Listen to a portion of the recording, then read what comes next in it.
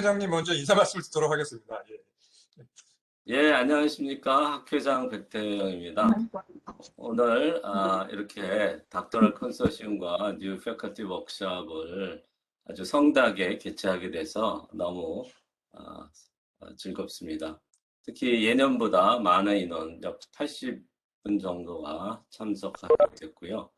코로나 시대에 직접 뵙지는 못하지만 또 온라인으로 하기 때문에 인원 제한 없이 많은 분들이 참석하실 수 있게 된 것은 또 하나의 장점일 수는 있을 것 같습니다.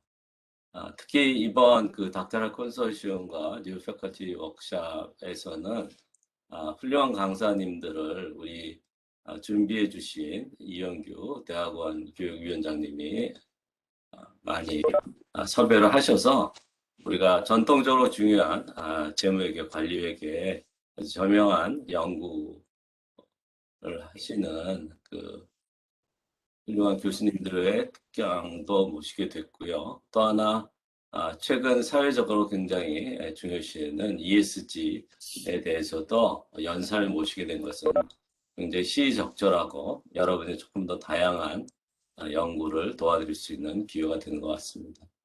그리고 거의 20년도 넘었던 것 같은데 저희가 이 비헤이버럴 연구 쪽에서는 연사를 모실 수가 없었습니다. 왜냐하면 최근에 그쪽으로 연구하신 분이 거의 없었기 때문인데 이번에는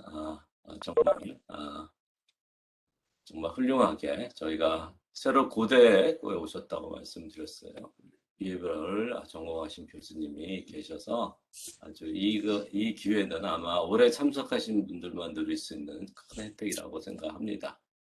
물론 그쪽 연구가 또 낯설지 않아서 어려울 수도 있지만 관리회계 쪽에서는 또 그쪽 연구도 많이 하시니까 또 이 세션도 굉장히 의미 있는 세션이 될 거라고 생각합니다.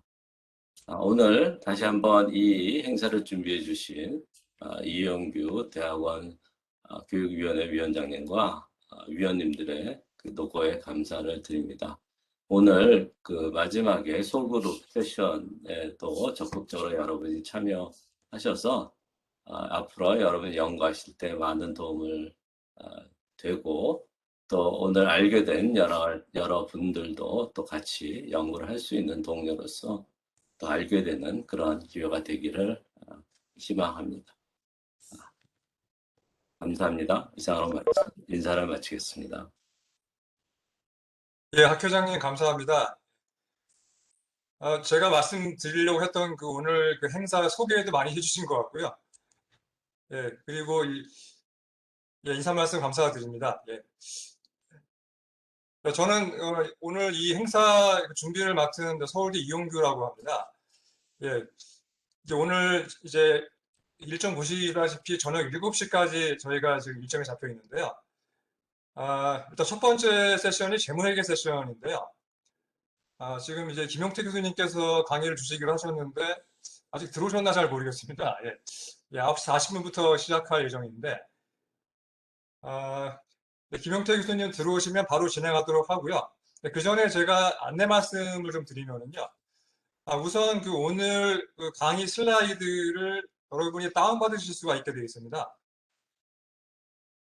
지금 그 왼쪽 위쪽에 뭐 이렇게 메뉴 같은 게 나오실 텐데요. 그 파일을 누르시면 네, 지금 김용태 교수님 슬라이드를 저희가 지금 공유하고 있는데 그 왼쪽 위에 파일이라는 메뉴에 가보시면 다른 이름으로 저장이라는 게 보이실 겁니다. 예. 그게 보이시면 이제 그렇게 저장을 하셔서 그 다운을 받으시고 뭐 이렇게 뭐 필기도 하시고 그러면 좋을 것 같거든요. 예. 그 안내를 하나를 드리고요. 매 세션 직전에 이런 식으로 강의 파일을 올리고 이렇게 다운 받으셔서 이렇게 여러분이 활용하시는 방법으로 진행하도록 하겠습니다. 예, 그리고 또 하나 이제 안내라기보다 이렇게 좀 제가 좀 이렇게 권장을 드리면 가능하시면 예, 오디오는 꺼주시고요. 네, 비디오는 좀 켜주시면 어떨까 좀 제가 좀 제안을 드립니다. 예, 오늘이 또 이게 일요일 행사다 보니까 아마 좀 댁에서 좀 편하게 들으시는 분이 많이 계실 것 같긴 한데요. 네, 그래도 그 강의 해주시는 분들 입장에서는 좀 이렇게 얼굴을 보면서 하시는 걸 좀 선호하시기 때문에 예, 그리고 예, 저희가 오늘 뭐 소그룹 토론도 있습니다만 하루 종일 서로 좀 이렇게 인터랙션을 하려는 어떤 취지가 있기 때문에요. 예, 가능하시면 좀 이렇게 비디오를 켜주시면은 예, 행사 진행에 상당히 도움이 될 것 같습니다. 예, 그렇게 좀 안내를 좀 드리고요. 김용태 교수님 접속을 하신 것 같은데요. 네, 안녕하세요. 네, 제가 좀 늦게 접속했죠. 교수님, 예, 죄송합니다. 안녕하십니까? 예, 예, 예, 안녕하세요. 예. 네네.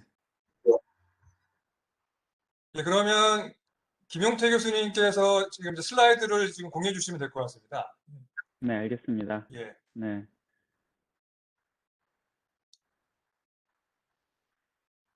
네, 지금 김용태 교수님께서는 지금 미국에서 지금 접속을 하시는 거고요. 예, 저희는 여기 일요일 아침인데 미국엔 지금 토요일 오후가 되겠죠. 예. 예, 다들 지금 강의해 주시는 분들이나 여기 지금 계시는 분들이나 주말에 아주 좀 고생이 많으신 것 같습니다. 네, 좀 이렇게 좀 불편한 시간임에도 불구하고 이렇게 강의해 주시는 김용태 교수님께 감사를 드리고요. 김용태 교수님께서는 네, 산타클라라 유니버시티하고 카이스트에서 이제 교수로 지금 계시고요. 저널 오브 어카운팅 앤 퍼블릭 팔러스 에디터로 계시고 뭐 워낙 연구 업적이 워낙 훌륭하신 분이시기 때문에 뭐 따로 소개할 필요 없을 것 같습니다. 네, 그러면 김용태 교수님께서 재무회계 연구에 대해서 강의해 주실 텐데요. 그럼 이제 박수를 맞이 주시기 바랍니다. 네, 감사합니다. 제 말 잘 들리시죠? 그 슬라이드도 네. 잘 보이시죠? 예, 예. 네. 제가 제 강의를 영어로 준비했어요. 왜냐하면 제가 오늘 프레젠테이션 머티리얼 영어로 준비를 했기 때문에 아무래도 딜리버리도 영어로 하는 게 더 정확할 것 같아서 제가 뭐 한국에서도 강의를 하지만 이제 뭐 이 내용 자체가 영어로 돼 있기 때문에 제가 뭐 영어를 더 잘해서 그런다는 게 아니라 내용 자체가 영어로 돼 있기 때문에 영어로 딜리버리를 하는 게 좀 더 정확하게 전달할 수 있을 것 같아서 그래서 영어로 강의를 준비를 했습니다. 그래서 여러분들은 이제 질문 있으시면 편하게 한국말로 질문하셔도 되고요. 이제 그 톡 마지막에 한 뭐 15분 정도 Q&A 세션을 가질 거니까 그때는 여러분들 질문에 제가 한국말로 대답을 하는 그런 시간을 갖겠습니다. 네.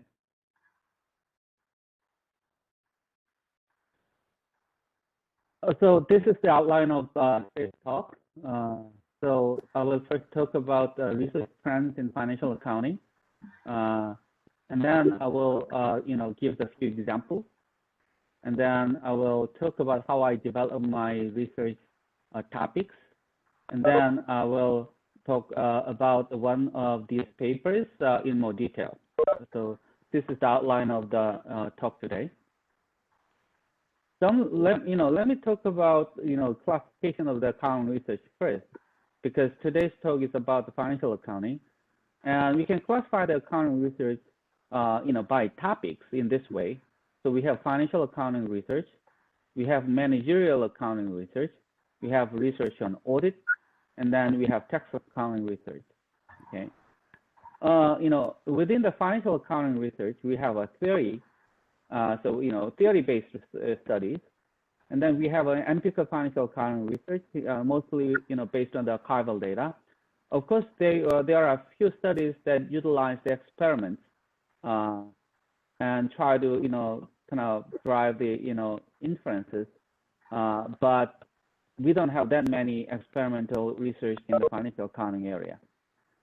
And we have the international accounting research. Now, international accounting research can be managerial accounting related topics or the audit related topics. We have quite a few international audit studies, but the majority of the international accounting research is developed in the financial accounting topics. So I included international accounting research in the financial accounting area. And then we have the Edward Bell Olson type of valuation research. I think Professor Lee is very familiar with this kind of research, but it was very popular in late 1990s and early 2000s, but we don't see many EBO type of valuation research in recent periods. Okay, even though our focus is the financial accounting research, let me briefly talk about the other areas. In the managerial accounting research, in old days, most of the managerial accounting research focus on the theory-based research or the the survey-based research. And then we had some case studies. But nowadays we have a lot of empirical managerial account research with archival data. The most popular topics in the empirical managerial account research is the compensation-related research. And in more recent periods, we see the archival research on cost structure, most specifically, the symmetric cost structure called, the cost stickiness. And then we have audit research. So in old days, most of the audit research were either theory-based or the behavioral audit research. But in recent years, we have more and more audit research utilizing the archival data. I believe that that is because of the availability of the data. So we see a lot of studies on the audited changes, studies on audit fees, audit quality. So we see all the studies. And then we have tax accounting research. The most popular tax accounting research topics include, tax avoidance issues and, transfer pricing issues. So again, on my talk today will be focused on the financial accounting research, but I do have research on the other areas as well. So these highlighted, yellow highlighted topics are kind of, the topics that I do in my research. So most of the majority of my research is on the empirical financial accounting research based on the archival data. I do have some studies that utilize international, data. So I would say that I have some international accounting research as well. I have some compensation research, and I definitely have some audit studies as well. But when I study the compensation issues or the audit-related issues, in most cases, I do it within the context of the financial accounting. So, for example, I study the impact of the audited changes in the equity offering setting, right? So you can say that that's the financial accounting research as well as the audit research.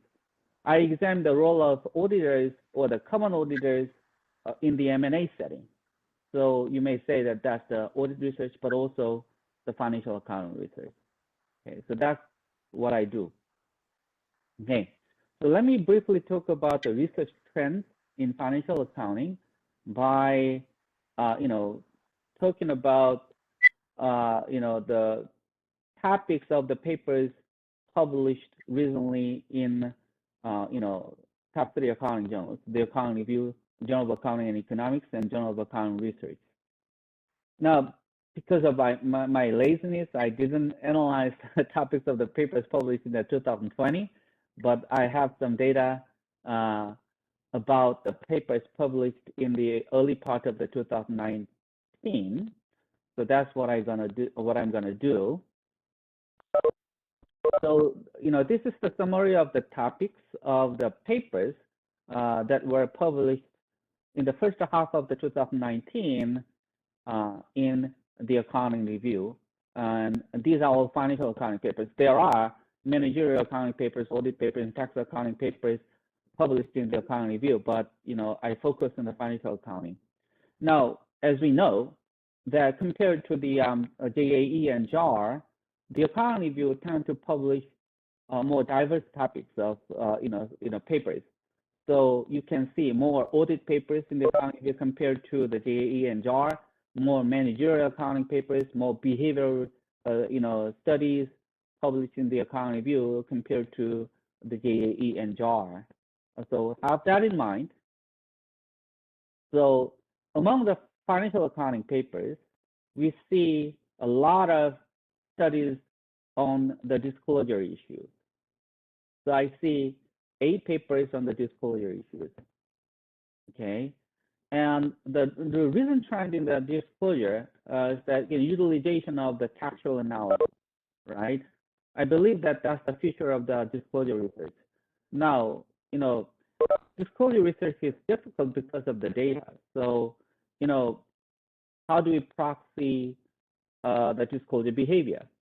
So people have used a lot of different data to capture the disclosure behavior of the firm. There are mandatory disclosures and voluntary disclosures. The mandatory disclosures, you can look at the financial reports, all those financial reports filed with the SEC or the regulators. For the voluntary disclosures, early studies rely primarily on the management earnings forecast because that was the most gettable data. But in all these studies, for all these studies, because there were no machine readable data about the management earnings forecast, they hand collected the data. And then we had the emergence of the first call, and then the IBES purchased the first call to create the IBES guidance. So a lot of people are using nowadays the IBES guidance to capture the management earnings forecast. Okay, but those are all numerical data. Now we use the textual analysis tools to understand not just the numerical data, but also the information included in the text of the mandatory reports and the voluntary reports, like management earnings for conference calls, for example, or press releases that includes the management earnings forecast or earnings releases, right? Okay, and then I see the 4 papers on the financial reporting quality. Okay, now I highlighted the disclosures and financial reporting quality here because I believe that these are the most important topics in the financial accounting.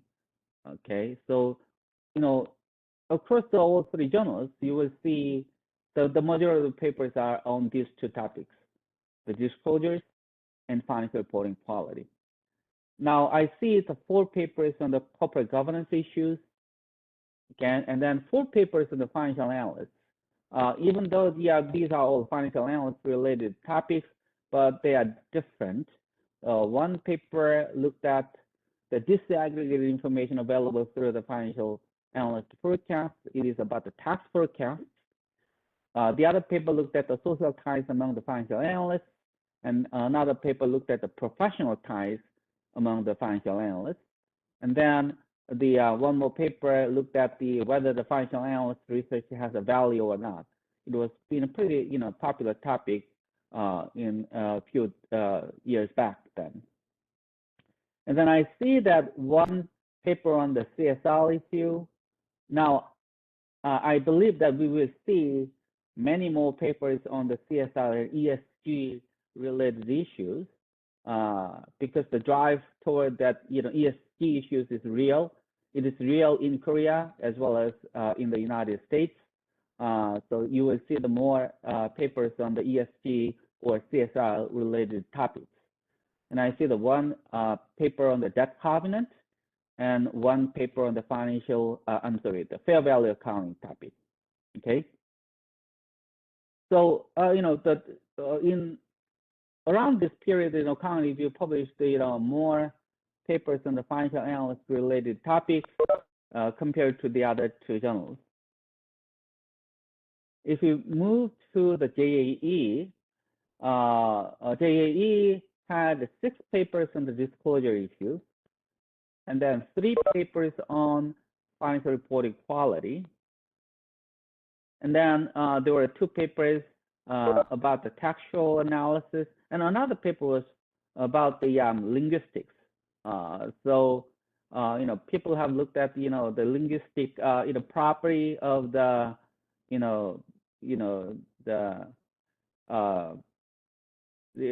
people. So I had a paper that examines whether the grammatical structure of the language that people use have any impact on the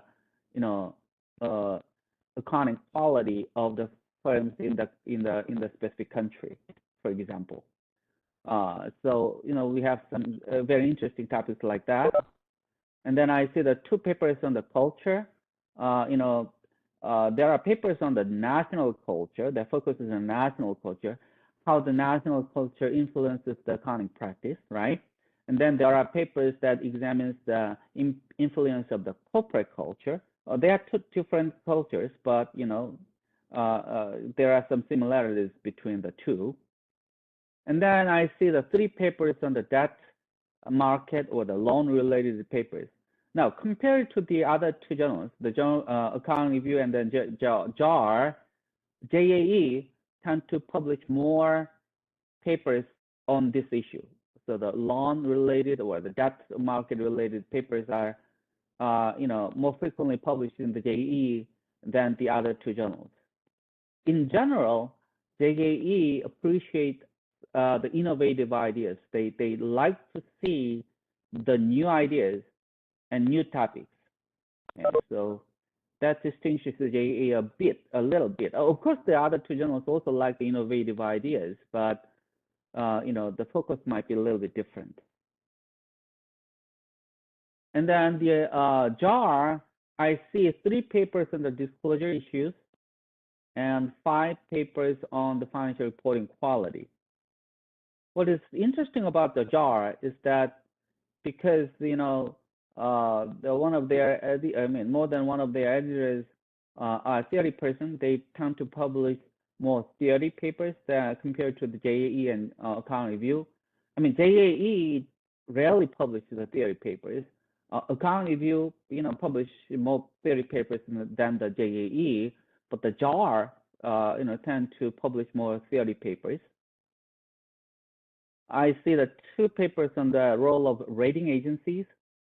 Now, what is interesting about the JAR around this time, so in 2018, 2019, is that they kind of, stress the identification issues a lot. So I see the 9 papers that utilize the exogenous shock or events. So the exogenous shock can be the changes in the law or changes in the regulation, some other type of shocks. So these papers try to utilize these exogenous shocks to address the indigeneity issues. I will talk about the indigeneity issues a little bit in a moment. But so identification issue is so important. So documenting just the association between the 2 variables is not enough now. So you have to show that if A causes B or B causes A, and you have to show these causal relationships of the direction of the causality clearly. And then you also have to show the mechanism underlying the relationships clearly, and how the A drives B or B drives A. And then, around this time, people believe that the exogenous shock is the best way to address the indigeneity concerns. So that's why the JAR published, a lot of papers that utilize the exogenous shocks. Actually, around this time, we say that, if you don't have an exogenous shock, then you cannot publish your paper in the JAR. Okay. But it's changing because, now that, people are starting to criticize the utilization of the exogenous shocks, and not all exogenous shocks are the same. And then, people have used the difference in differences design combined with exogenous shock to address the indigeneity issues.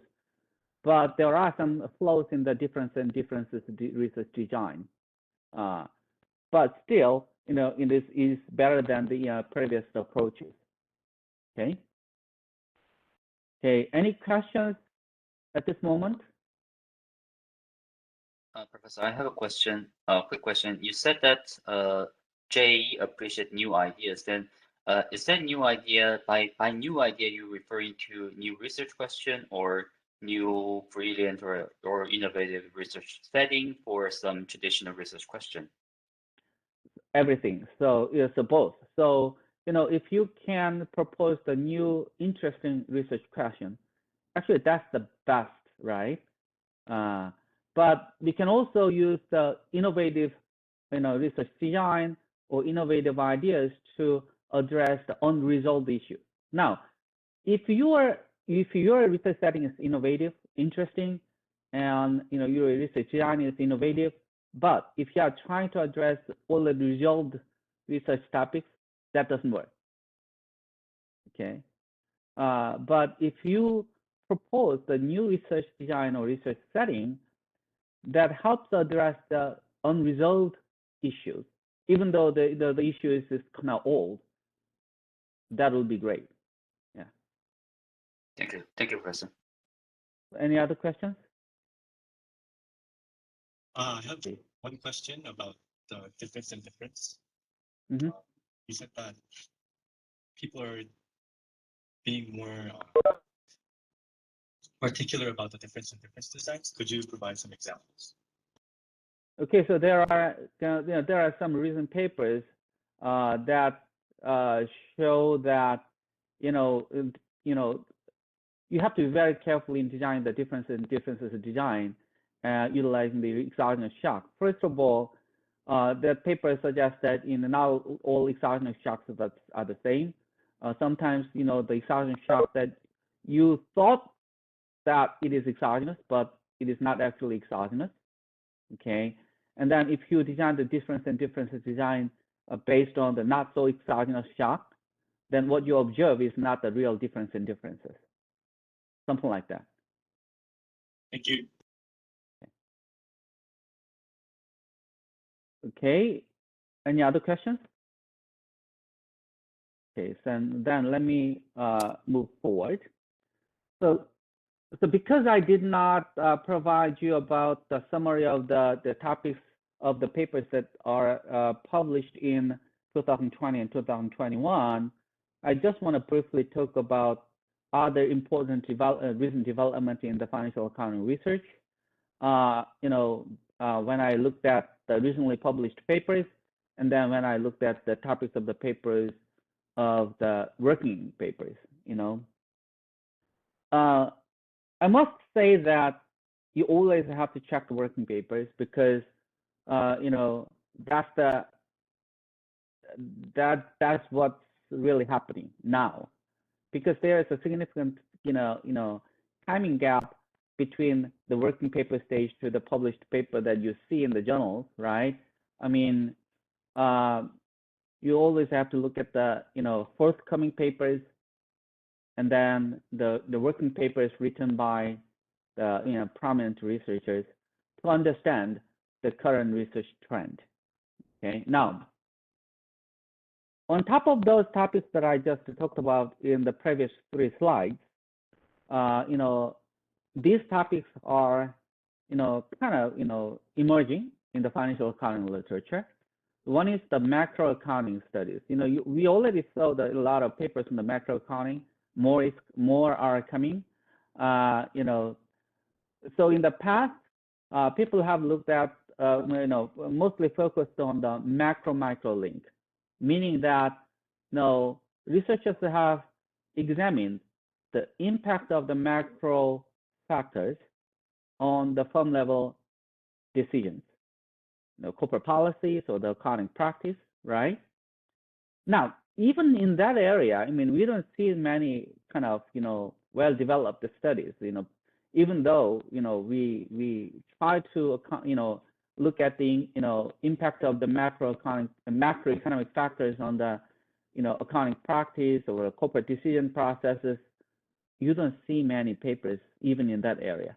But a few years back, people have started to look at the other way around, the micro-macro link, meaning that how we can utilize the firm level accounting information to understand the macroeconomic factors, like changes in the GDP or the inflation rate changes or the unemployment rate changes, right? Those kind of things. Could you hold for a second?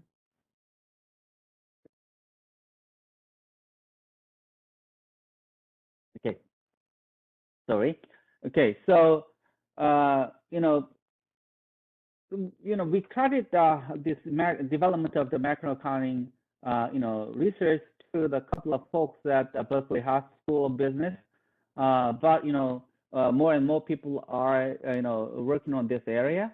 So we are trying to look at how the aggregate level of firm level accounting data can help us to predict the macro accounting, macroeconomic developments beyond those popular macroeconomic indicators, right?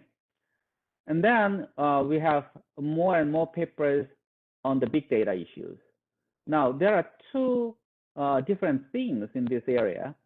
One stream of research, tries to understand how the big data influences the financial reporting quality and audit practices. But we also have another stream of research that utilize the big data in accounting research. Now, it is related to the next issue, here, the non-numerical use of the non-numerical data. So, text data or the other, audiovisual data can also be considered as a big data. But, other types of, big data can be used in the accounting research to understand, to address the research questions that we couldn't address without the help of the big data. Okay, and a group of people are working on the data that we can obtain through the XBRL. Okay, because you can obtain the more granular level data if you utilize XBRL, because you can see how the companies classify their accounts in their reports. If you are obtaining those data from the data aggregators like CompuStat, you are seeing only the standardized data. It is not as reported data, right? So people use the XBRL to understand the motivations of those reporting behavior. And then we see the more and more studies that utilize the non-numerical data. So in all the financial accounting research, we primarily focused on the numerical data, right? I mean, most of the studies looked at just one line item, net income, or two line items, net income and sales revenue, right? But now not only we utilize the other line items in the financial statements, now we use the non-numerical data. So we analyze the textual information in the mandatory reports like 10Ks, 10Qs, and 8K reports, that's the current reports. We also analyze the textual data in the conference calls, the analyst reports, the media reports. There are lots of studies that utilize the data available in the news articles. Okay. Now, in terms of the methodology, the early textual analysis papers rely primarily on the back of words approach.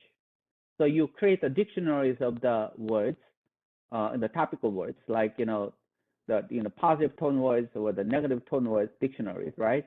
The forward-looking words, okay. R&D related words. Now, more recent studies utilize the machine learning tools to extract more information from the text data.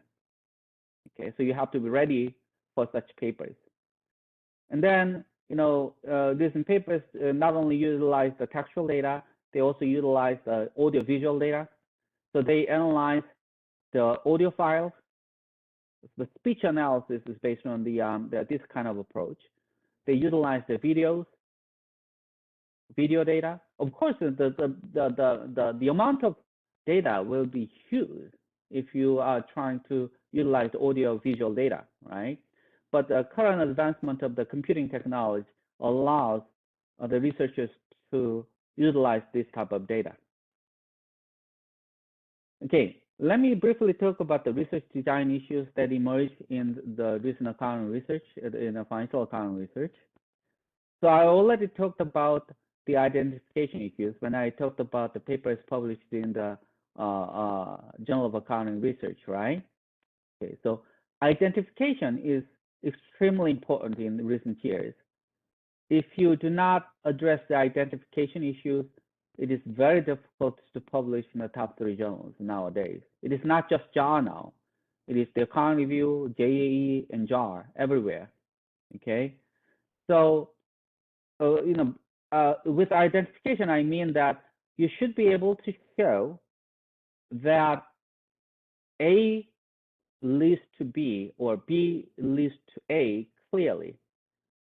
In old days, what we showed is the association. So A and B are associated, correlated. In old days, it was enough, but now it is not enough. You have because the strong correlation between A and B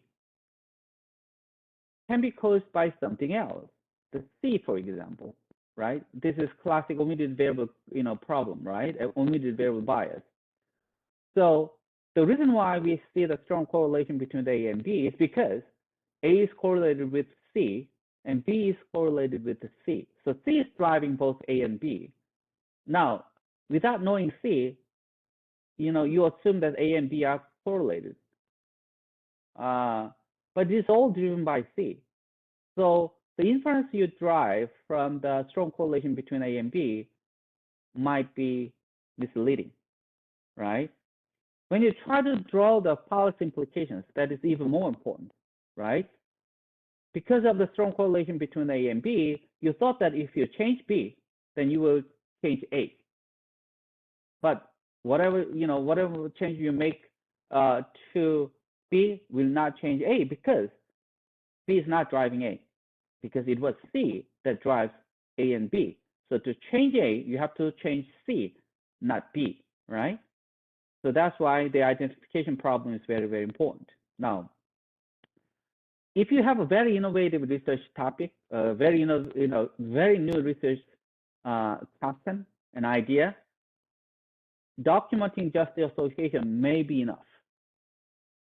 But if you are dealing with the older research topic or the research topic that a lot of people already have tried to address, then if you do not solve the identification problem, there's no chance that you can place your paper in the top journals. Okay? Now, so what are the approaches that the people are using to address the indigeneity issues? Because this is in the identification problem is related to the indigeneity issues, right? Indigeneity arises from the many different sources. One of the most important source of the indigeneity is the omitted correlated variable bias. So that's the problem that I just talked about, right?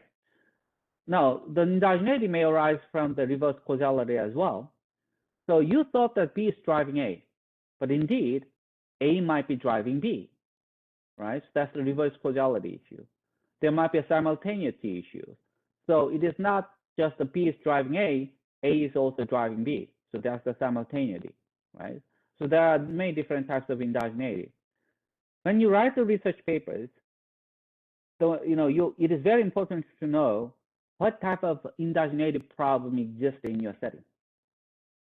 Okay, without knowing that, you cannot address those problems. So you have to know the problem. Okay, you may have all three problems, but in your setting, reverse causality might be a bigger problem, or omitted variable bias might be a bigger problem. Now, in most settings, the omitted variable bias is the most significant problem. So the majority of the approaches are developed to address the omitted variable problems, but in doing so, in many cases, it addresses the reverse causality and the simultaneous issues as well. Okay, now the exogenous shock is the very, very popular way of addressing the indigeneity issues. If the shock is truly exogenous, okay, and then we utilize the difference and differences. So we identify the treatment group and the control group. The treatment group will be the group of friends that are affected by the exogenous shock, and control group might be a group of friends that are not affected by the exogenous shock. Now, identifying the truly exogenous shock is very, very difficult, right? Okay, so that's why if somebody identifies exogenous shock, everybody jumps in and try to utilize the exogenous shock in a many different settings or to address the many different research ideas. Okay. Now, in old days,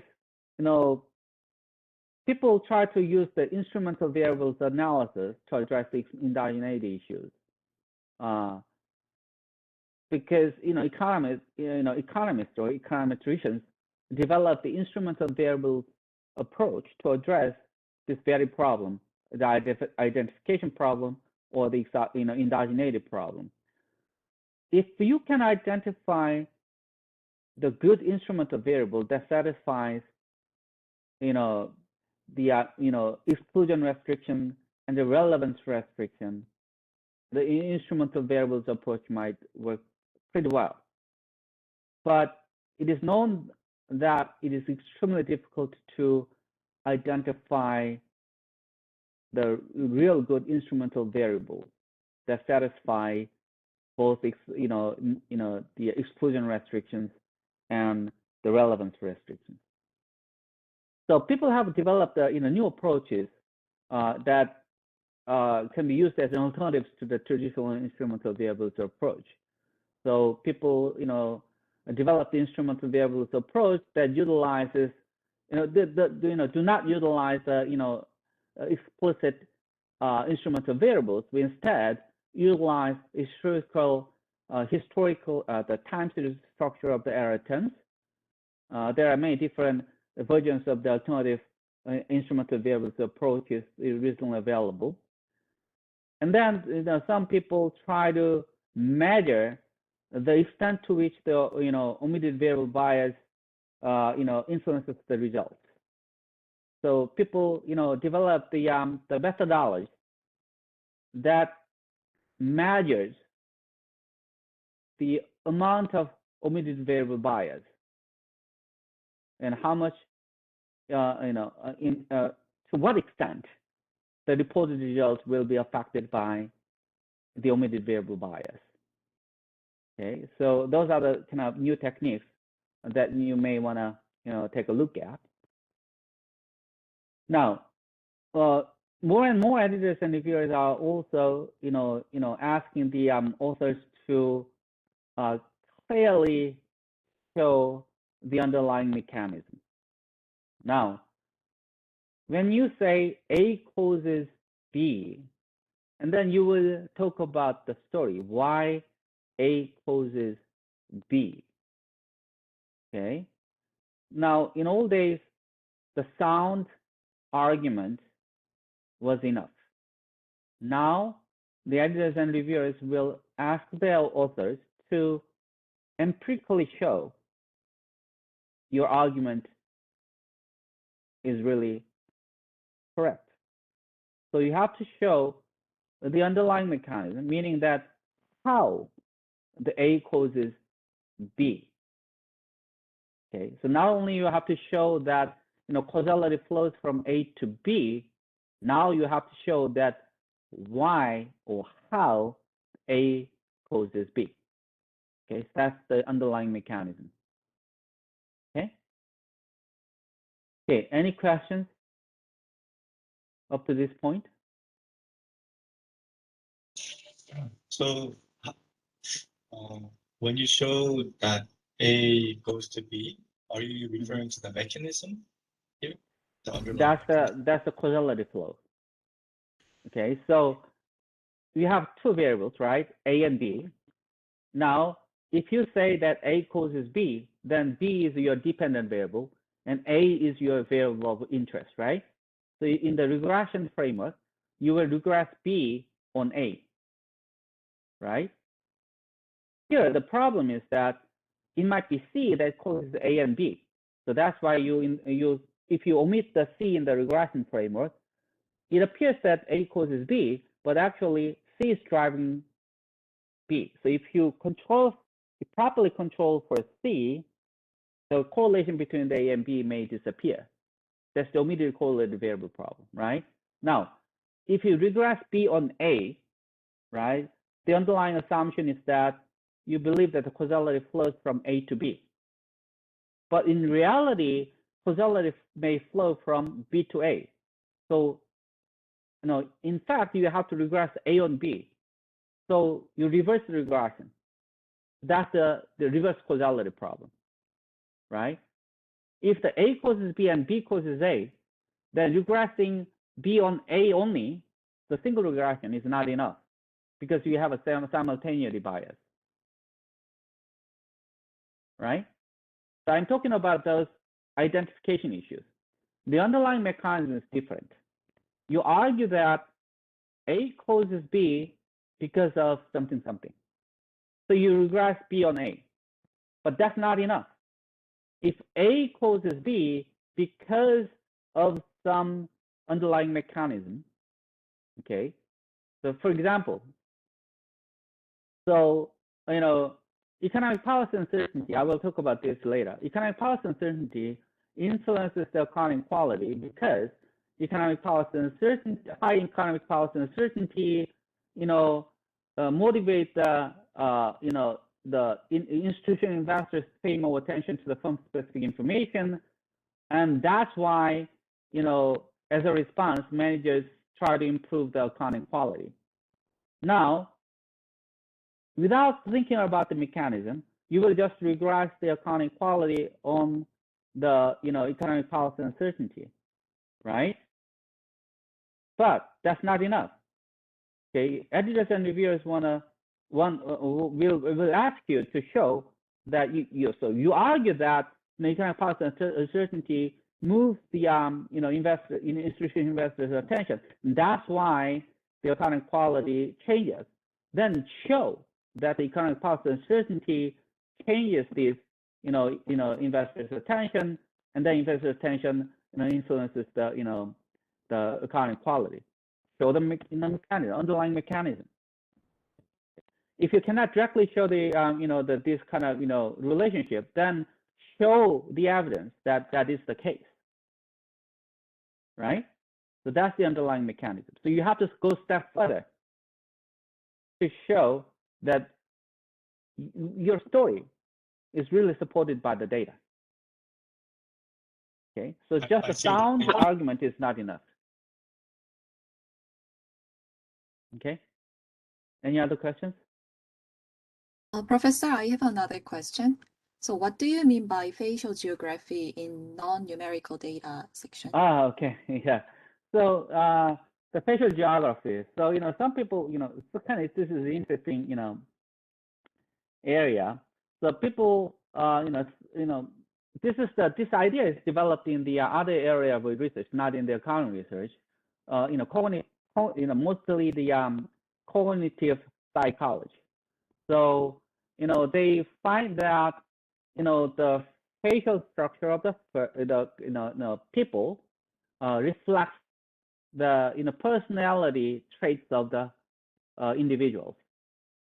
So some studies try to utilize the facial structure of the managers, or the facial structure, mostly the facial structure of the corporate managers or corporate executives to draw the inferences about their, the policy decisions.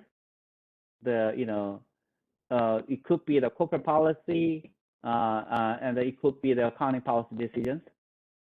And then, some studies utilize the facial structure information to understand how the auditors respond to the manager's, the behavior. So whether how much trustworthy the manager might be, and then so just like I know that the big Korean companies use the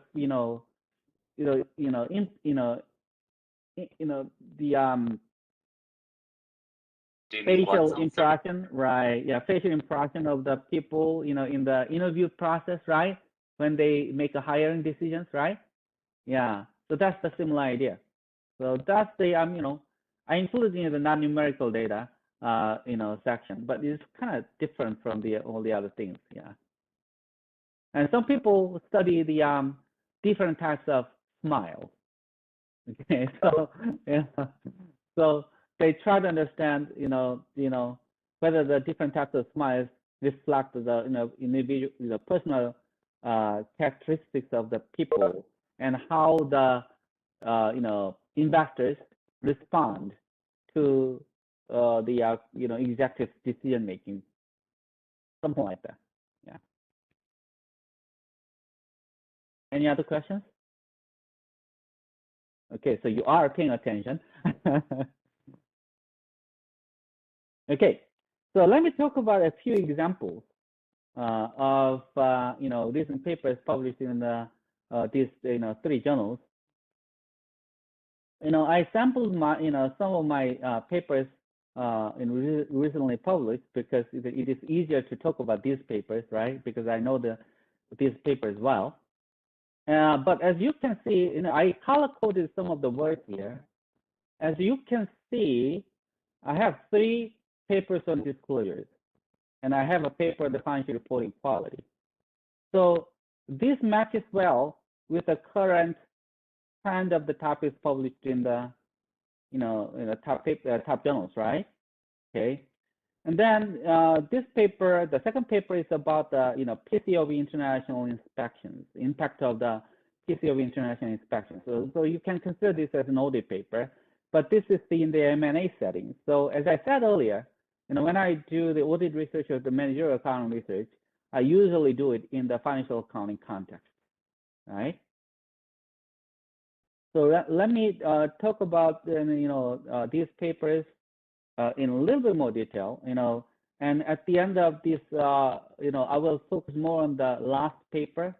So I will talk about the last paper in more detail. Okay, the first paper. So in this paper, we looked at, the old disclosure topic. So this is the, topic that a lot of studies, try to address. But at least by this point, we didn't have a consensus. So basically, the question is whether managers have a general tendency of disclosing the bad news, or they, they prefer to withhold the bad news as much as possible. Okay, and there are some conflicting evidence in the literature. So most, notably, the Skinner 1994 and 1997, suggest that managers have a general tendency to withhold bad news, disclose bad news as early as possible because of the litigation risk. But we have other papers like Othari et al. Paper suggesting that in general, managers will try to withhold the bad news as much as possible due to their career concerns. Okay, so this was not a resolved issue. Now, it is a little bit more resolved because of this, after this paper, and then a few other papers that try to address a similar topic with a slightly different methodology. So the general conclusion nowadays is that, general tendency is to withhold the bad news as much as possible. And that's the conclusion from this paper as well. But the major innovation in this paper is that the reason why it is very difficult to address this research question, so whether the managers withhold the bad news or whether disclose the bad news early, is because we cannot observe the manager's private information set. We don't know whether the managers are withholding, managers have a bad news or not. Because we don't observe the manager's private information, whether they have a bad news or not, it is very difficult to relate the disclosure behavior to the bad news. So earlier studies tried the different approaches.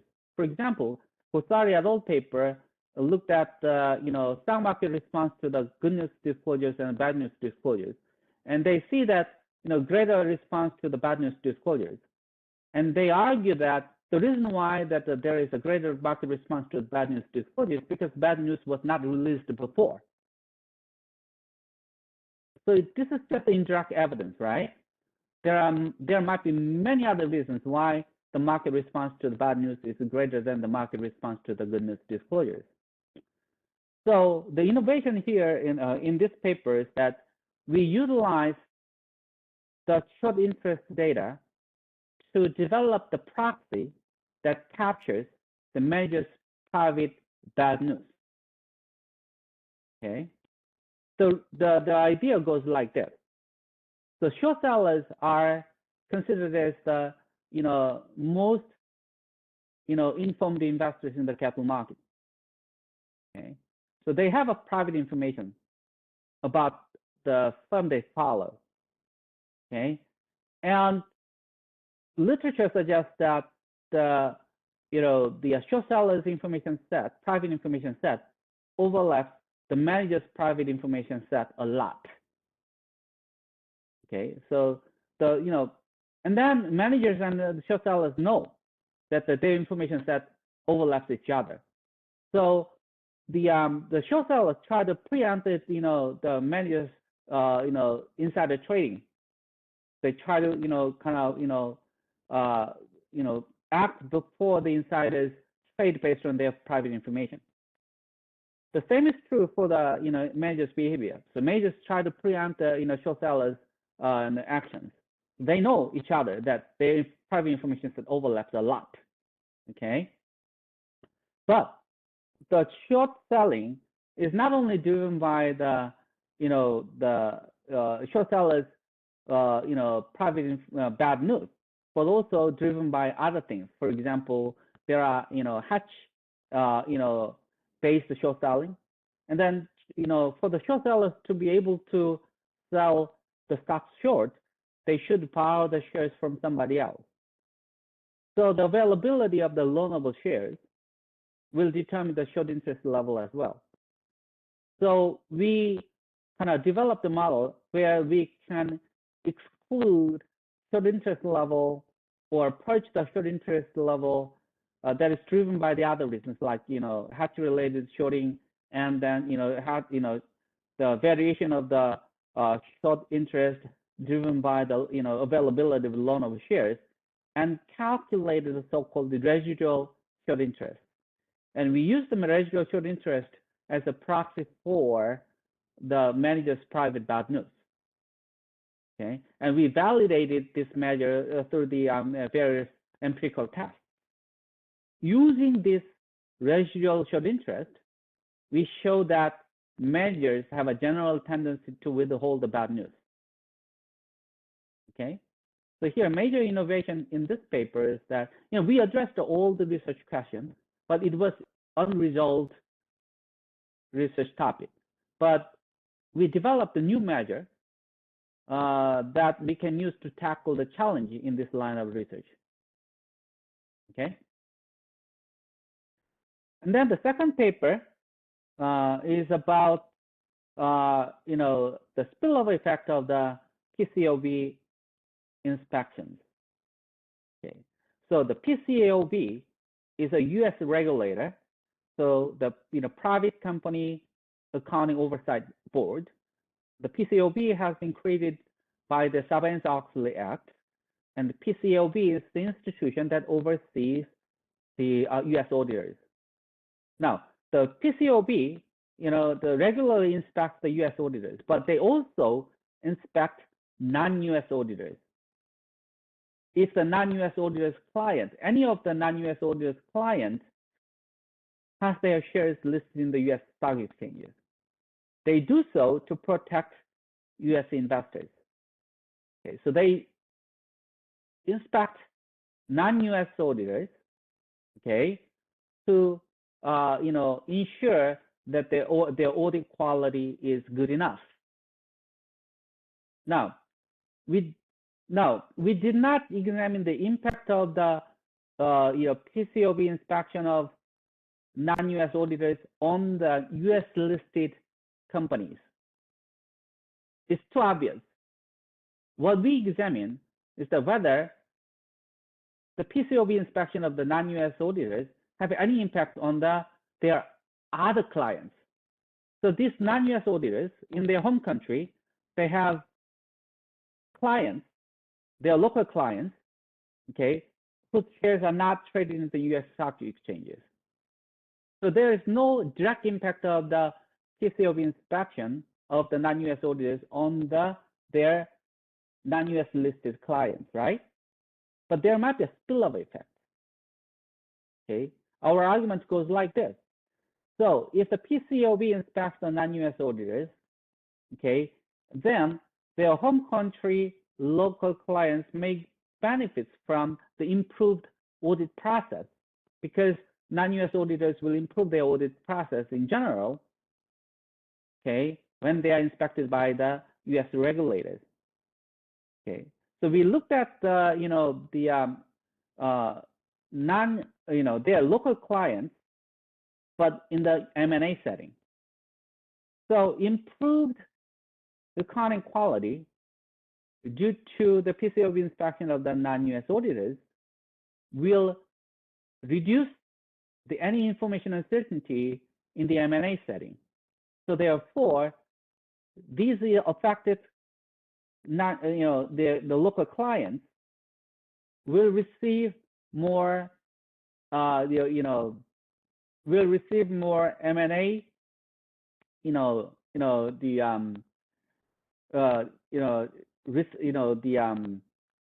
inquiries. So therefore, they are more likely to be the acquisition targets because their level of information uncertainty is lower. In an M&A setting, the information uncertainty is very, very important because the acquirers try to understand the target. If the target's information quality is not good, they don't even want to ask about the possibility of the M&A because they are unsure about what's going on in the target, right? So the reduce the information uncertainty or improve the accounting quality will help these local clients to be the acquisition targets. Once they become the acquisition targets, then the probability of completing the deal increases for the local clients of the non-US auditors inspected by the PCAOB compared to the control firms that are audited by non-US, non-PCAOB inspected auditors.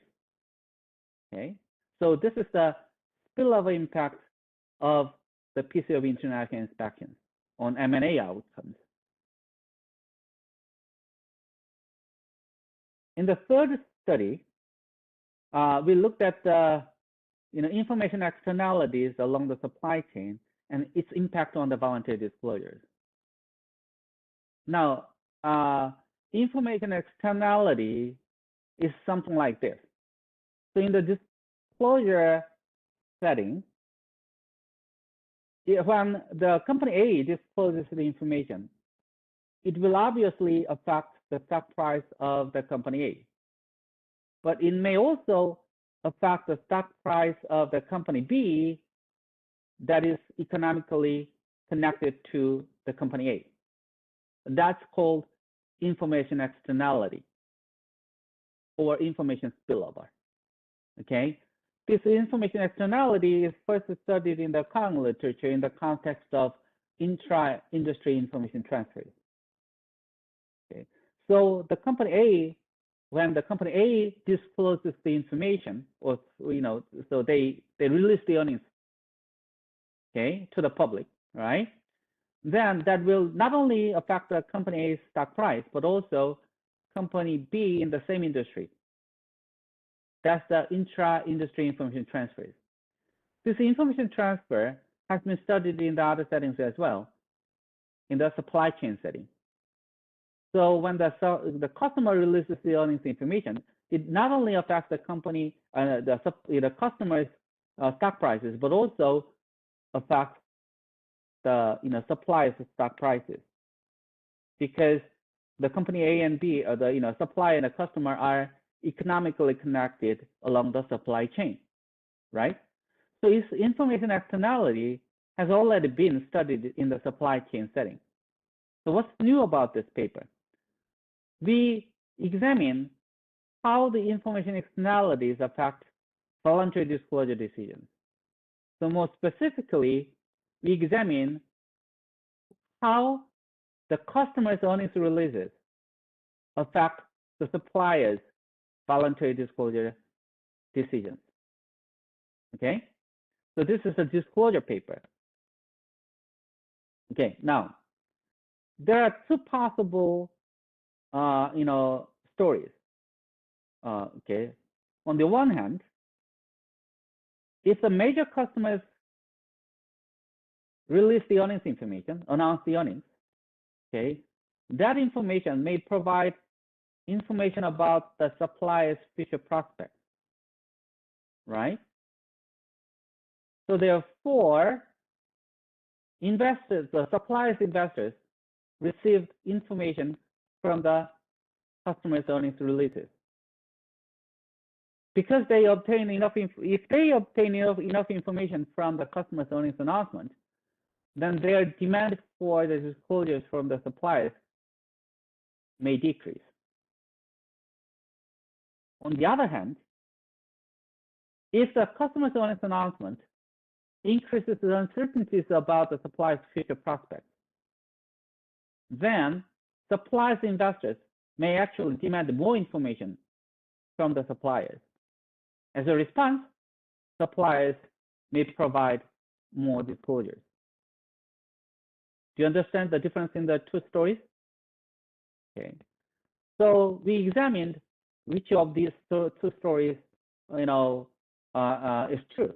Okay.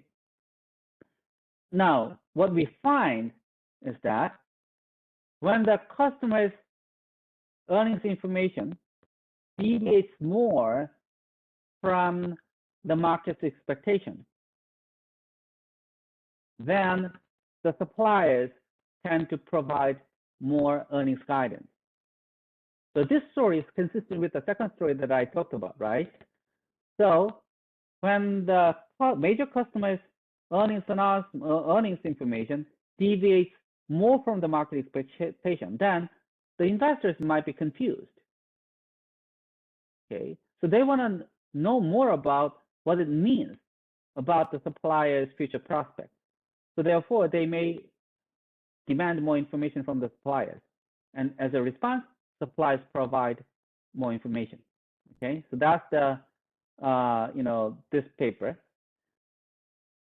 Okay, it looks like I'm spending a lot of time on this slide. It's okay. I can reduce the time to discuss the last paper. I can just briefly go over it like this way. Now, the next paper is about also the disclosure paper. This is related to the proprietary cost of the disclosures. And in this paper, we examined the impact of the trade secret law on the firm's information environment. Now, the trade secret law is the common law, the practice or common law principle that prevents the firm's employees from working for its rivals or move to the rivals. Okay, an inevitable disclosure doctrine is the common. I'm sorry. The inevitable disclosure doctrine is the common law principle that prevents the firm's employees from moving to their rivals, and it is aimed to protect the trade secrets. Okay, the trade secrets are the information that is used in the operation of the business that gives the valuable economic benefits to the firm if it is protected. Okay, now inevitable disclosure doctrine may increase the proprietary cost of the disclosures, because if the inevitable disclosure doctrine is adopted in the state, then it will prevent firm's employees from moving to the rivals. It means that rivals cannot hire the firm's employees and obtain the trade secrets from them, because it blocks the other channels of acquiring the trade secrets. The value of the disclosure becomes more important, right? So, if your employees can move to the rivals, and then your trade secrets are already revealed to the rivals, then there is less reason to protect the trade secrets by reducing your disclosures. But now your trade secrets are already known to the rivals, so you have more reason to protect your trade secrets by reducing your disclosures. Because there are other reasons to disclose, right? There are capital market benefits of the disclosures. If you disclose more, it will reduce the information asymmetry in the market, and it will reduce your cost of capital, right? So there are many benefits of the disclosures. Even though there are benefits of disclosures, you may not fully disclose it because you have a proprietary information that you want to protect. If there's no reason to protect the proprietary information, then you will disclose more to maximize the capital market benefits. But if we have a lot of proprietary cost to protect, then you want to reduce the disclosure, even though you may sacrifice some of the capital market benefits. Okay, and we find that once the state passes the inevitable disclosure doctrine, firms reduce their disclosures. So therefore, the information environment deteriorates. So therefore, the stock price synchronicity increases. You measure the firm level information reflected in the stock prices using the stock price synchronicity. So you have to have some knowledge about the literature on the stock price synchronicity, the level of firm level information reflected in the stock prices. But that's the measure that we used to capture the information environment of the firm. Okay, so we use the changes in the law to identify the impact of the proprietary cost on the firm level disclosure decisions and information environment. The last paper, I wanted to provide more details about this paper, but I don't think we have enough time to talk about this in detail. Details are in the slide, so you may look at the slide for more details. But in this paper, we examine the impact of the economic policy uncertainty on the account quality. Okay, there are a lot of in the accounting literature, we don't have many papers that examines macroeconomic factors, impact of the macroeconomic factors on the firm level decisions. Okay, so there are two innovations in this paper. One innovation is that we consider how the macroeconomic factors affect the accounting quality. Okay, and more specifically, we utilize the economic policy uncertainty, which became a very, very popular topic in recent economics, finance, and accounting literature. The second innovation in this paper is that this is the first paper that empirically implements the Nikolaev accounting quality model.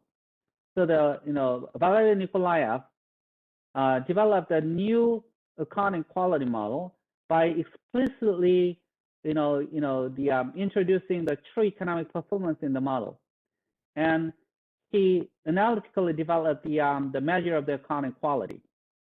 So we empirically implement his theoretical model, and of course in his paper he suggested the way that one can implement his model empirically, but in the real research setting and then to address a certain research question, we developed the empirical procedures to implement his theoretical model, and then we developed the measures of the accounting quality, measures of the earnings management based on the arising from the income smoothing, earnings management arising from the mid-bid benchmark incentives, and earnings management arising from the equity offering or the data offering incentives. So we empirically implement the Nikolaev's accounting quality model, and to see how the economic policy uncertainty affects the accounting quality. And our argument, is based on the,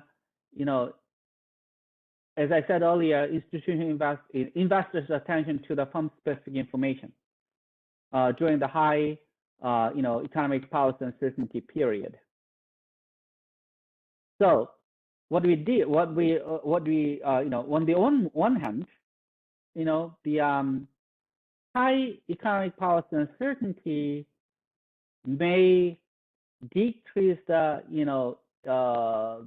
investors' demand for the firm-specific information, because during the high uncertainty period, the quality of the information signal will deteriorate, right? So therefore, investors may not value those information much. So therefore, their demand may decrease during the high, uncertainty period. On the other hand, high economic policy uncertainty increases the value of the firm level information, because investors cannot obtain the reliable information about the firm's prospects from the other sources. Okay, so therefore, the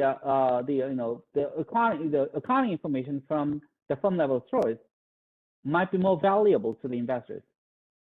Okay. So they may pay more attention to the firm specific accounting information. As a response, managers may improve the accounting quality because the investors' attention works as the monitoring mechanism, right? And that's what we find. We find that the economic policy uncertainty, during the high economic policy uncertainty period, the accounting quality is higher. Okay. Now, what is different? The economic policy uncertainty is different from all the other type of the macro uncertainty or macroeconomic uncertainty because the economic policy uncertainty is driven by the political process. This is the policy-induced economic uncertainty. Okay, I mean you can see how the economic policy uncertainty is measured in the more detail in my slide, but so because it is driven by the political process, those firms that are exposed more to the political risk will be affected by the economic policy uncertainty more. So therefore, if our results are fully driven by the economic policy uncertainty, then our results should be more pronounced for the firms that are more exposed to the political risk, and that's what we find. So that's kind of addressing the mechanism. So another task that we did to address the mechanism is that if our results are driven by the higher investor attention to the firm level information during the high EPU period, then we argue that our results should be more pronounced when the short-term institutional investors dominate the long-term institutional investors, because the literature suggests that short-term institutional investors pay more attention to the firm level information and they trade based on the firm level information. And that's what we find. So that's another test that show the underlying mechanism through which the policy uncertainty affects the accounting quality. Okay. So although I prepared the more detailed slides about this, final paper, I'm not gonna talk about this. And then I will briefly then talk about the major themes of my research, and then I will turn to the Q&A. Because I received some questions along the way, I will probably shorten the Q&A session a little bit. So as you can see from the previous slide, the two pillars of my research are disclosure and financial reporting quality. So those are two, pillars. And then I, look at these issues in many different settings. In my early career, I utilized equity offering setting a lot, but primarily because the value of the accounting information is highlighted in the equity offering setting, because the cost of capital is highlighted in the equity offering setting. Okay. And then I looked at the, I have some studies on the value of the audit. So I looked at the auditor changes, audit fees, and common auditors, and then PCAOB inspections. But normally I do it in the financial accounting setting, like M&A setting or the equity offering setting, as I said earlier.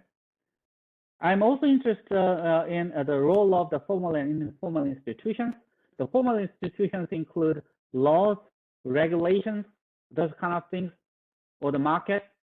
So as you can see, I looked at the impact of the changes in the trade secret laws, right? The international financial reporting standards. But I'm also interested in how the informal institutions affect the accounting decisions. So I have the how the corporate social responsibility affects the accounting quality, right? I have a paper on how the grammatical structure in the language affects the accounting quality. I have papers on the political connection, and then the policy uncertainty, as you saw. I'm also interested in the diffusion of information across the different networks. So as you saw, I have papers on the information externality or information spillovers. I started with the intra-industry information transfer studies, and then I looked at the information spillovers through the board networks. I looked at the information, the diffusion of information through the common agent, like auditors. I looked at the common auditor in the M&A setting. Okay, I also looked at how the information, travels along the supply chain, okay, or more generally between the contracting parties. So these are the kind of the, topics that I'm interested in, and I will probably develop along this line. Okay, so we have only about 5 to 6 minutes for the Q&A. So do you have any other questions?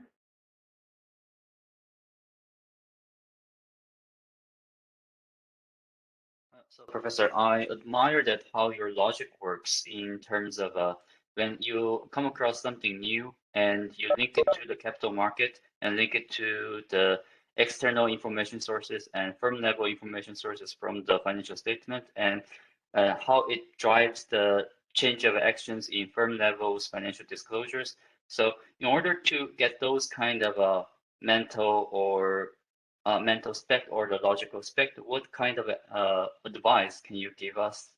Because we are PhD students, we need to build up our ideas a little bit. Yes, I encourage you to read more broadly. So in many cases, ideas come from the economic literature, the financial literature for sure, but I sometimes get, obtain, kind of ideas by reading the marketing papers, for example, or psychology papers. It is not easy, but if you read more broadly, then you can connect the different ideas. So in terms of the last paper, the policy uncertainty and firm level disclosure, what sort of a broad literature reviewing you have done when you do? Okay. So for the last paper, I was approached by the three co-authors. So this is the co-authored with the three finance people at the University of South Carolina. Okay, so I worked on the couple of them on the earlier papers, but then they kind of approached me that there is some interesting idea about the economic policy uncertainty they're developed in the econ literature. And then, finance people and the scholars started to work on these ideas. And then they said that there might be an interesting idea that, we can develop in the, accounting setting. Okay, so they approached me with the idea about the economic policy uncertainty. So I immediately thought that, that's the macro economic factor. And then, in the accounting literature, we don't have that many papers that utilize the macroeconomic factor. And then it is also about the political process. And this is a very interesting topic in the accounting literature. We have some papers about the political connections and the political risk, for example. And then I also at the time, I was fascinated by the paper published, forthcoming in the Quarterly Journal of Economics, which is about the firm level, political risk. So I thought that I might be able to connect, with this firm level political risk measure. So we started to develop the ideas. It was not easy to kind of, think about the mechanisms through which the economic policy uncertainty may influence the, accounting quality. We had rough ideas, but, kind of developing a, kind of the argument was not that easy. But, by reading the lots of literature, we thought about this, investor attention and the, demand for the firm level information might be the link that may cause the, policy system to lead the changes in the accounting quality. So that was the process. Thank you, Professor. Any other questions? 예, 혹시 그 한글로 질문 주셔도 좋으니까요. 예, 시간은 거의 다 됐습니다만 혹시 한글로 질문 주실 분 주시면 좋겠습니다.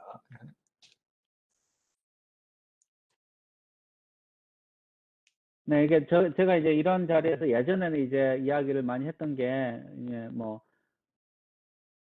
뭐가 제일 중요하냐, 그러니까 그 퍼블리셔블 페이퍼를 쓰는데 뭐가 제일 중요하냐, 어떤 페이퍼가 답변에 퍼블리셔블 한지, 그러면 어떻게 준비를 해야 되는지 이런 얘기를 많이 들었어요. 근데 첫째 제일 중요한, 그러니까 이제 패시브 스튜던트로서 제일 중요한 거는 이게 메소돌로지 쪽에 굉장히 이제 한국 분들은 그래도 메소돌로지 쪽이 굉장히 스트롱한 편인데 이게 어떤 프로블럼이 있었을 때 그거를 methodologically solve를 못하면 그러면은 페이퍼를 진행을 시킬 수가 없거든요. 그러니까 econometrics나 뭐 이런 툴에 대한 요새는 이제 앞으로 가는 뭐 textual analysis나 뭐 이런 툴에 대한 투자를 많이 하셔야 될 것 같고요. 근데 제일 중요한 거는 사실은 탑픽이에요. 그러니까 제가 어디 가서나 말하는데 뭐 리얼 에스테이트에서 제일 중요한 게 로케이션이라고 그러잖아요. 근데 이게 이 아카데믹 페이퍼에서 리서치에서 제일 중요한 건 탑픽이에요. 그러니까 아무리 페이퍼가 이 methodologically 잘 돼 있어도 인다지네리 컨스턴트 다 없고 뭐 익사지널 샥 퍼펙트하고 인스트루먼트 베어블 퍼펙트하고 좋아도 탑픽이 important하고 interesting하지 않으면 그럼 퍼블리시 할 수가 없어요. 그러니까 좋은 리서치 퀘스천을 갖는 거, 그 다음에 이게 근데 그걸 important하고 interesting한 토픽을 아이덴티파이를 하려면 리터처에 대해서 잘 알아야 돼요. 그러니까 이게 그 리터처에서 어디에 플레이스를 할 수 있는지를 모르면 이게 important한지 않은지 interesting한지 않은지를 알 수가 없잖아요. 그러니까 사실은 페이퍼를 많이 읽는 게 굉장히 중요한 것 같아요. 그러니까 어카운팅 리터처 페이퍼도 잘 알아야 돼요. 왜냐하면 그 어카운팅 리터처에 대한 지식이 없으면 내 페이퍼를 플레이스를 할 수가 없어요. 얼마나 중요한지를 알 수가 없다는 이야기예요. 근데 이제 이노베이티브한 아이디어는 또 좀 더 브로드하게 읽는 게 중요하다고 그랬잖아요. 그러니까 그런 것도 있고. 김용태 교수님 시간이 다 했는데 제가 질문 하나만 드려도 괜찮을까요? 네네. 근데 교수님께서 지금 되게 인터레스팅한 리서치 퀘스천을 많이 말씀해 주셨는데 사실 그 탑저널에 퍼블리시된 저널들은 보통 한 2, 3년 전부터 시작이 돼서 지금 나와 있는 논문들이고 사실 지금 리서치 아이디어를 하려 그러면 2, 3년 뒤에 이제 이런 저널들을 하기 위해서는 그 어떤 지금 노력이 필요할지 조금 좀 말씀해 주실 수 있을까요? 네. 제가 또 제 코어서들이나 이제 사람들한테 많이 이야기하는 이야기가 이게 약간 장기나 바둑 두는 것처럼 리서치 아이디어를 생각하면 도움이 될 거라고 말을 해요. 그러니까 지금 이제 퍼블리시되는 페이퍼, 워킹 페이퍼도 마찬가지예요. 지금 돌아다니는 페이퍼들을 보면 그러면은 이런 종류의 토픽들이 지금 스터디가 되고 있구나. 그럼 그 다음에는 어떤 토픽들이 어떤 아이디어들이 중요해지겠구나라는 생각을 쉽게 할 수 있잖아요. 근데 그렇게 쉽게 할 수 있는 거는 다른 사람들이 다 쉽게 똑같이 생각할 수 있는 거예요. 그러니까 그 다음을 생각하면 좋을 것 같아요. 쉽지 않아요. 근데 지금 이제 어떤 스터디들이 막 나오고 있어요. 그럼 그 다음 단계는 뭐겠다라고 생각하는 거죠. 근데 그 정도는 사람들이 다 같이 생각할 수 있는 거라는 이야기예요. 그럼 그 다음 단계는 뭐겠다라까지 생각을 할 수 있으면 그러면 그 다음 단계를 미리 내가 하고 있으면 아무래도 경쟁하는 데 도움이 되겠죠. 물론 쉽지 않은 이야기예요. 예. 네, 혹시 뭐 다른 질문 있으십니까? 예, 없으시면 지금 시간이 조금 이제 지나서요. 마무리해야 될 것 같은데요. 저도 이렇게 교수님 강의 들으면서 재무회계 최근 연구 동향을 좀 더 잘 알 수 있었던 것 같고요. 또 특히 최근 2년간 탑저널에 5개 이상을 지금 퍼블리시 하신 것 같은데 교수님 본인의 논문들도 이렇게 설명해 주셔서 감사드립니다. 예, 상당히 좋은 시간이었던 것 같습니다. 네, 그러면 네, 오늘 교수님 강의 여기서 마무리하도록 하고요. 또 박수 이렇게 드리면서 마무리하도록 하겠습니다. 예, 교수님 감사합니다. 네. 감사합니다. 네.